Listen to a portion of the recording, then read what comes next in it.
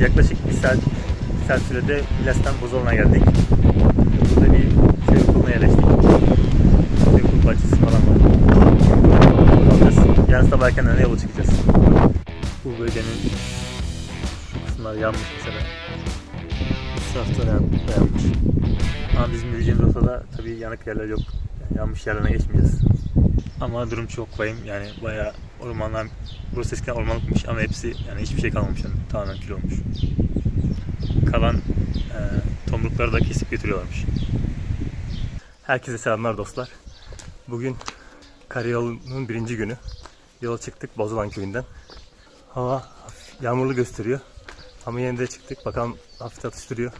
Ne olacak? Şöyle çantaya yağmurlukları taktık. Hava iyi duruyor ama bulutlar kapalı biraz. Şimdi meydandan başladık, köy meydanından yola. İşaretler var. Şöyle yukarı doğru çıkıyoruz. İlk tabelamız burada. Meydandan az yukarı çıkınca şöyle devam ediyoruz. Buralarda yanan bölgeler arkadaşlar. Görüyorsunuz, gözünüzün aldığı kadar ormanlar yanmış yani. Şu anda Kapız geçidine geldik. Manzaramız şöyle. Yüksek tepeler.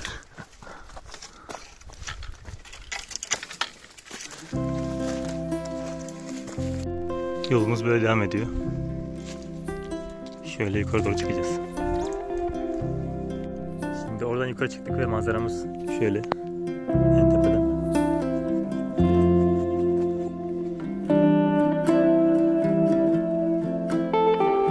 Şu karşı tarafımız Datça.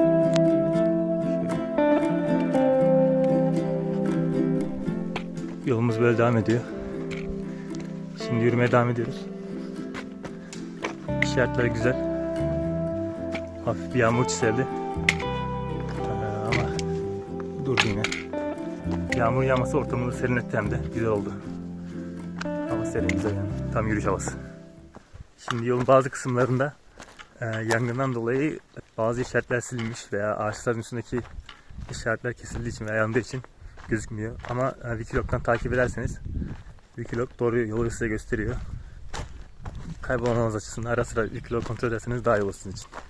Ağaçlar ne oluyor diyecek olsanız da şöyle kütük haline getirmişler. Bunları tomruk olarak satıyorlar. Bazı ağaçların çünkü dibi yanıyor mesela, ama üst kısımları mesela şundaki gibi. Sadece altı yanıyor ama üst kısımları sağlam olduğu için bunları da tomruk olarak kullanıyorlar. Saatimiz yaklaşık 12'yi 10 geçiyor. Burada şöyle hayvanlar için sanırım böyle bir yer yapmışlar, su havuzu gibi. Şu da su sarnıcı. Bunun amacı da eskiden mesela yağmur sularını biriktirip işte çobanların falan, hayvanların içmesi için kullanıyorlarmış. Burada Fesleğen Köyü'nün cami var.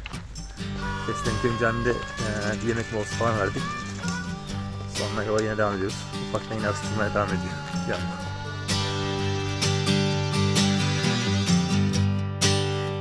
Şimdi Fesleğen'den Karacahisar'a doğru gidiyoruz. Burada bir iniş başladı. Etrafımızda sandal ağaçları var. Şöyle göstereyim. Yol böyle taş, kaya. Böyle değişiyor yol. Şuraya göstermek istiyorum size. Burada bir tane termik elektrik santrali var. İlerinden elektrik elde ediyorlar. Şu gördüğünüz beyaz yerde kül havuzuymuş. Külleri orada topluyorlar. Yıllar burada tren yapmış. Şimdi biz en son çiftlikten Karacahisar'a geldik. Karacahisar'ın son kısmı asfalt bir yol. Asfalt yolu yürümemek için bir otobüse bindik geldik, yani çok zaten uzak mesafe değil ama asfalt yolu olduğu için arkadaşlar da yoruldu bayağı. Ben de yoruldum. Saat 6 civarı işte. En iyisi dedik otobüse binip gidelim dedik. Sonra şimdi Karacahisar merkeze geldik. Şimdi Karacahisar'a geldik ve Karacahisar'da mutlaka kalabilecek birimiz var mı diye sorduk. Ona da bize okulu tavsiye ettiler. Okulda gördüğünüz gibi ilkokula geldik. İlkokul şimdi kullanılmadığı için zaten içi boş. Ve böyle dışarıdan gelen misafirlerin kalabileceği bir yer. Yani bize zaten çadırımızı açıp burada kuracağız. Gece burada konaklayacağız. Şimdi burası benim odam. Yatağı buldum hemen. Üstüne matımı attım. Şöyle altta matım var. Onun üstüne de uyku tulumunu serdim. Mis gibi, yanında da ufam var. Bu gece rahatız yani. Günaydın arkadaşlar. Sabah kalktık, kahvaltımızı yaptık işte. Yine okuldayız. Size okulun içini göstereyim hafiften. Şöyle diğer odalarda böyle sıralar falan var böyle. Burası giriş. Küçük bir okul ama bizim işimizi gördü yani. Şimdi biz Bozoğan mevkinden Karacahisar'a geldik. Burada Karacahisar'da bakkalı, camisi falan her şeyi var. İyi yani. Aradığınız şeyi bulabiliyorsunuz az çok. Şimdi buradan da bahçe tarafına 18 kilometre işaret var. Meydanda var zaten işaret. Bu yönden gideceğiz. Sen köy köpeği misin sen ya? Gel oğlum.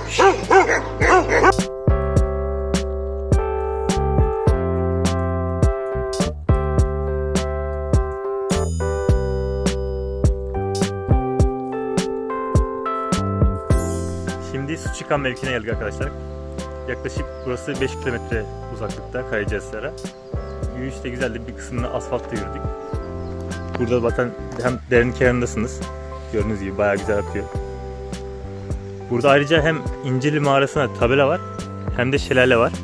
Şelale tabela var. Ama bizim yolumuz düz devam ediyor. Sizin zamanınız varsa burası da kamp yapmak için güzel bir yer. Musluklardan su akmıyor. Tuvalet var ama çok kullanım dışı, bayağı uzun bir süredir. Ama kamp için bence güzel bir yer. Yani suyunuz vesaire varsa. Şimdi bu parkurda nehir boyunca yürüyeceğiz.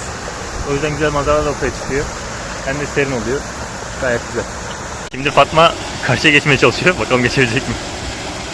İnşallah bir sakatlık çıkmaz. Tamam. Güzel. Şimdi sıra bende.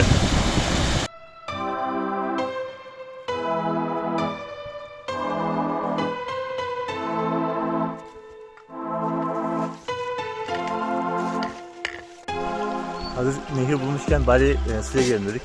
Hava çok güneşli değil ama yine de serinlemek için güzel. Ben duş almıştım dün okulda. Burada da yine bir hem yüzdük hem duşumuzu aldık. Suyu biraz soğuk ama güzel, insanı dinçleştiriyor yürüyüşten sonra. Güzel oluyor gayet. Ben yanımda tek baton taşıyordum. İkinci olarak kendime ilk başta çamdan bir yedek baton yaptım. Sonra çam ağacına attım, sandal ağacı aldım, şu sandal ağacından. Şimdi onu da atıp bambu buldum bir tane. Bambudan kendime bir tane baton yapacağım. Biliyorsunuz bundan ayrıca neydi yapılıyor, hem de ucundan birisine bağlayıp olta gibi de kullanabilirsiniz.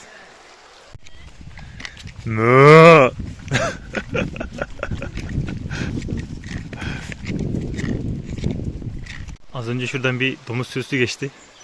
Yaban domuzlarla da karşılaşabiliyorsunuz bu rotada. Yani şaşırmayın o yüzden. Şu anda Uyku Vadisi'nde yürüyoruz. Burası yine nehrin kenarından devam ediyoruz yola. Şimdi yollar bazen zorlu olsa da bazen de böyle bahçe gibi yerlerden geçiyoruz. Gayet güzel oldu. Etrafımızda zeytin ağaçları oluyor. Şimdi tam meyve açma vakti değil. Eğer meyveler olsa daha güzel oluyor ortam. Hem işte mesela incir yiyorsunuz, yolda üzüm yiyorsunuz. Daha zevkli geçiyor yani. Ama şu anda serin. Şu anda yürümenin avantajı serin olması. Şimdi Mayıs'ın başındayız ve hava gayet güzel yani. Güneş yok şu an. Yağmur bir iki kere çiseldi. Sonra yani böyle yağmadı yani. Sadece çiseldi. Gayet güzel yani hava.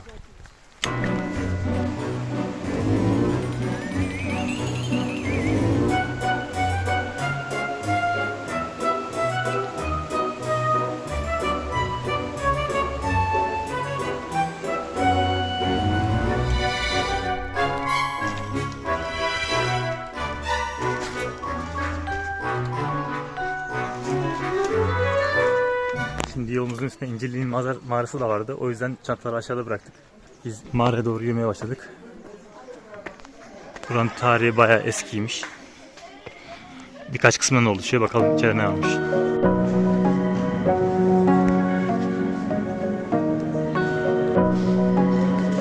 İç tarafı aynı Pamukkale'ye benziyor, travertenleri.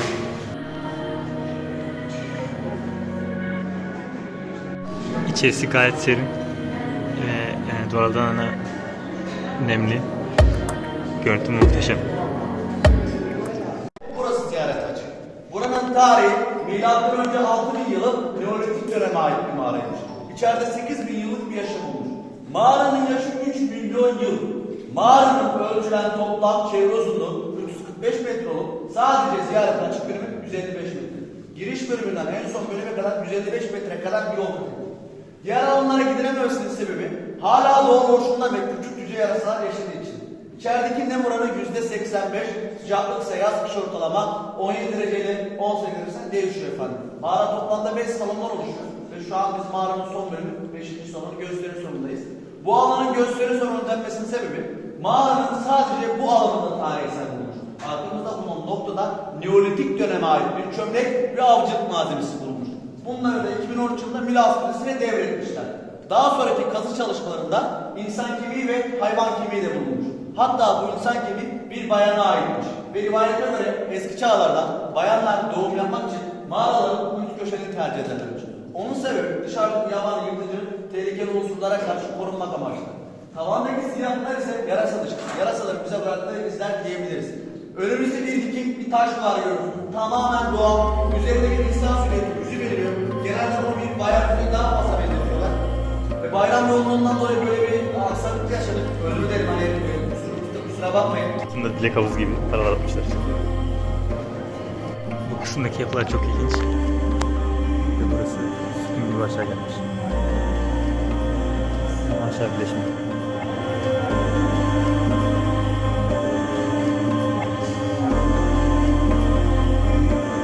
Manzara müthiş.